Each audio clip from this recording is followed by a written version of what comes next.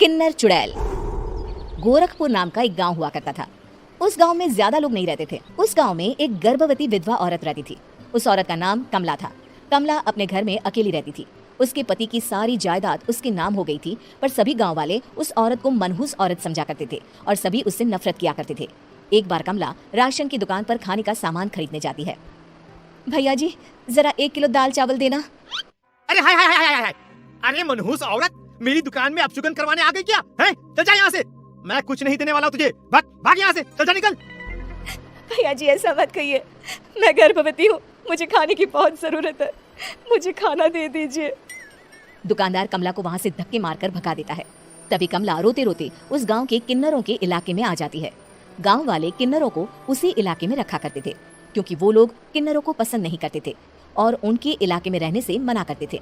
तो किन्नरों ने उसी गांव में अपना एक इलाका बना लिया था। जब किन्नर लोग देखते हैं कि एक गर्भवती महिला रोते रोते उनके इलाके में आ गई है, तो सारे किन्नर कमला के पास जाकर उसका हाल पूछने लगते हैं। क्या हुआ बहन, तुम्हारी गर्भवती अवस्था में इतनी बुरी हालत कैसे है? तुम रो क्यों रही हो? तुम डरो मत, हम तुम्हें कोई नुकसान नहीं पहुंचाएंगे। तुम शांत होकर सब बताओ कि हुआ क्या है। मैं कमला हूँ, मैं गांव के दूसरे इलाके से आई हूँ। 2 महीने पहले ही मेरे पति की मौत हुई है। मुझे गांव के लोग मनहूस मानते हैं, क्योंकि मैं विधवा हूँ और गर्भवती भी। वहाँ के लोग मुझे खाने के लिए कुछ बेचने के लिए भी तैयार नहीं, जिससे मेरा गुजारा नहीं हो रहा था। कोई बात नहीं कमला, हम तुम्हारा ख्याल रखेंगे। किन्नर लोग कमला को एक खाली घर में रहने के लिए जगह दे देते हैं और उसकी देखभाल भी करते हैं। कुछ ही महीने बाद कमला अपने बच्चे को जन्म देती है, पर अफसोस, कमला बच्चे को जन्म देते ही अपनी जान गंवा देती है। जब सब किन्नर बच्चे को देखते हैं तो बहुत खुश हो जाते हैं, क्योंकि वो बच्चा भी किन्नर ही था। कमला ने एक किन्नर बच्चे को जन्म दिया था। अब इस बच्चे की देखभाल कौन करेगा? हम तो इस बच्चे को गांव के दूसरे इलाके में भी नहीं भेज सकते। और तो क्या हुआ, इस बच्चे की माँ नहीं रही तो हम इसे पालेंगे। अब ये हमारे इलाके में रहेगा, हमारे साथ रहेगा। फिर वो किन्नर उस किन्नर बच्चे को गोद ले लेते हैं, उसका नामकरण कराते हैं। उस किन्नर बच्चे का नाम शक्ति रखा जाता है। देखते ही देखते शक्ति बड़ी होने लगती है। उसके रंग रूप बहुत सुंदर थे। वो बहुत सुंदर किन्नर दिखती है। एक दिन शक्ति एक किन्नर से पूछती है, माँ जी सुनिए ना, ये गांव के दूसरे इलाके में भी तो लोग रहते हैं, तो हम वहाँ क्यों नहीं जाते?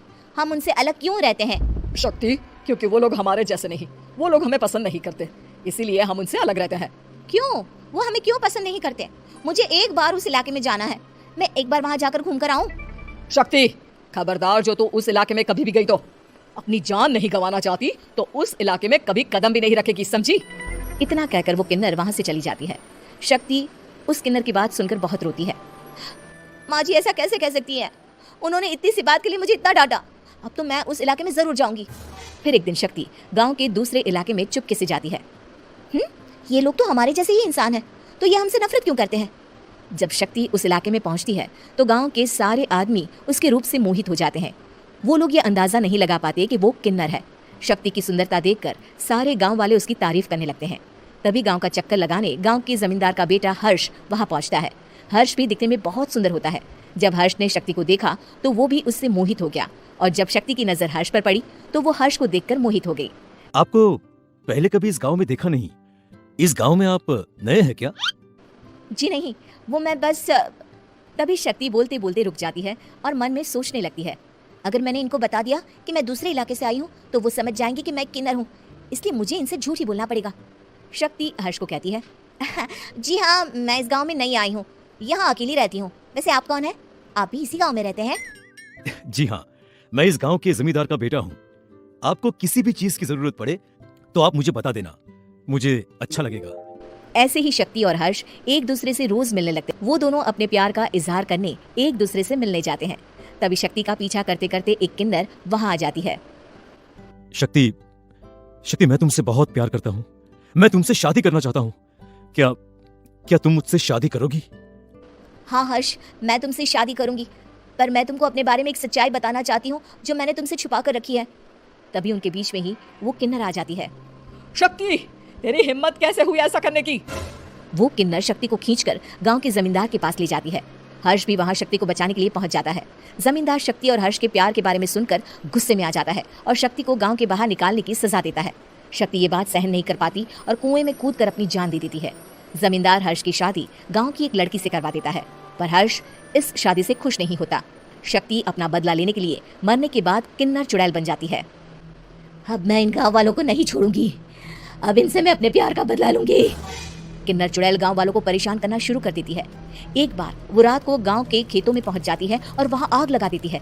सारी फसल जल के राख हो जाती है। जब एक आदमी रात को उठकर देखता है कि खेत में आग लग गई है तो वो वहां पहुंच जाता है। वो देखता है कि खेतों के बीचों बीच एक किन्नर चुड़ैल खड़ी है और वहां खड़े होकर ताली बजा रही है। गांव वाला किन्नर चुड़ैल को देखकर बेहोश हो जाता है। जब सुबह उस आदमी को होश आता है तो वो सीधा जमींदार के पास जाता है। अरे जमींदार साहब, अरे वो किन्नर चुड़ैल ने मेरी सारी फसल चला दी। अब मैं क्या करूंगा, क्या होगा मेरा? जमींदार चुड़ैल किन्नर का नाम सुनते ही सब कुछ समझ जाता है। अब वो बहुत डर जाता है। उसी रात को जब जमींदार डर के मारे अपने कमरे में सो नहीं पाता, तभी वहां अचानक से किन्नर चुड़ैल आ जाती है। किन्नर चुड़ैल जोर जोर से जमींदार के आगे खड़ी होकर हंसने लगती है और ताली बजाने लगती है। जमींदार उस डरावनी किन्नर चुड़ैल को देखकर बहुत डर जाता है। तूने मेरे साथ बहुत बुरा किया, अब मैं तुझे जान से मार दूंगी। नहीं नहीं नहीं नहीं, मुझे माफ कर दो, मुझे मत मारो। मैं कभी ऐसा दोबारा नहीं करूंगा। अब तुम जो बोलोगी वही मैं करूंगा।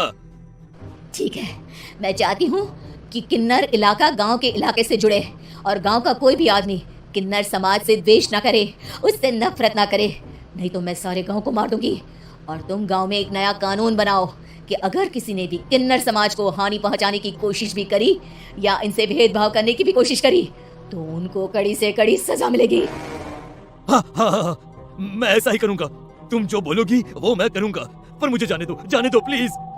तब वो किन्नर चुड़ैल वहां से चली जाती है। गांव का जमींदार किन्नर चुड़ैल का कहा मानते हुए दोनों इलाकों को एक कर देता है और नया कानून भी लागू कर देता है। तब से वहां किन्नर समाज और बाकी गांव वाले शांतिपूर्वक रहने लगते हैं।